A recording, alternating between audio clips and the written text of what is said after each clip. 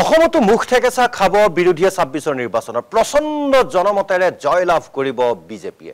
বিহাৰৰ নিৰ্বাচনী ফলাফলক লৈ হিমন্ত বিশ্ব শৰ্মাৰ এই মন্তব্য। মানুহৰ কাষত নাই, বিৰোধী মানুহৰ কাষত নাই, হোটেল লিলিতহে আছে বুলি মন্তব্য কৰিছে তেওঁ। লগতে কৈছে হিমন্ত বিশ্ব শৰ্মাই যে মই সদায় মানুহৰ কাষত থাকোঁ, আমাৰ এমএলএবোৰ গাঁৱত থাকে। অসমৰ প্ৰতি ঘৰ মানুহেই বিজেপিক ভোট দিব বুলি মন্তব্য কৰিছে মুখ্যমন্ত্ৰী হিমন্ত বিশ্ব শৰ্মাই।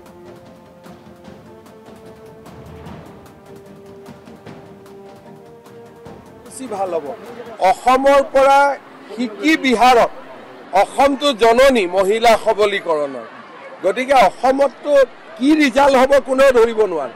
প্ৰত্যেক ঘৰৰ মানুহে আমাক ভোট দিব। বিৰোধী গ্ৰাউণ্ডত নাই নহয়, বিৰোধী আছে হোটেল লিলিত আৰু আমি আছো মানুহৰ মাজত।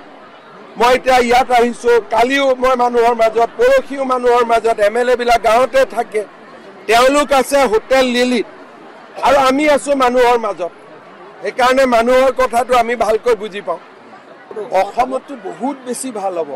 অসমৰ পৰা শিকি বিহাৰত অসমটো জননী মহিলা সবলীকৰণৰ গতিকে অসমতটো কি ৰিজাল্ট হ'ব কোনেও ধৰিব নোৱাৰে।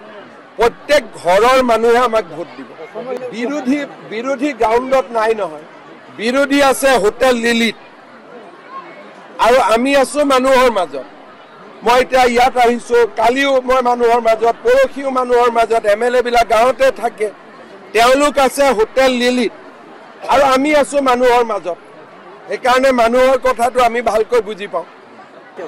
অসমত যিটো জোটবন্ধন হৈছে এইটো বিয়া বাৰু দিন ঠিক কৰাৰ কাৰণে, সেইটো ইলেকশ্যনৰ কাৰণে হোৱা নাই। আৰু য'তে অখিল গগৈ থাকিব গাখীৰত নিমখ ঢালিবই। সেইকাৰণে সেইটো জোটবন্ধন লৈ আমি চিন্তা কৰিব নালাগে, সেইটো এক্সিডেণ্ট হ'বই কনফাৰ্ম। ৰাহুল গান্ধী য'তেই যাব তাতে বিজেপি ইলেকশ্যন জিকিব।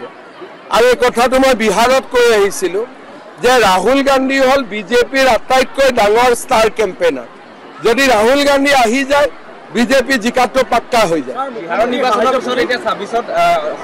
তেতিয়াহ'লে আমি 100% জিকি যাম যদি ৰাহুল গান্ধী আহে। ৰাহুল গান্ধী য'তেই যাব তাতে বিজেপি ইলেকশ্যন জিকিব। আৰু এই কথাটো মই বিহাৰত কৈ আহিছিলোঁ যে ৰাহুল গান্ধী হ'ল বিজেপিৰ আটাইতকৈ ডাঙৰ ষ্টাৰ কেম্পেইনাৰ। যদি ৰাহুল গান্ধী আহি যায় বিজেপি জিকাটো পাক্কা হৈ যায়। তেতিয়াহ'লে আমি 100% জিকি যাম যদি ৰাহুল গান্ধী আহে। অসমৰ পৰা শিকি বিহাৰত অসমটো জননী মহিলা সবলীকৰণৰ গতিকে অসমতটো কি ৰিজাল্ট হ'ব কোনেও ধৰিব নোৱাৰে।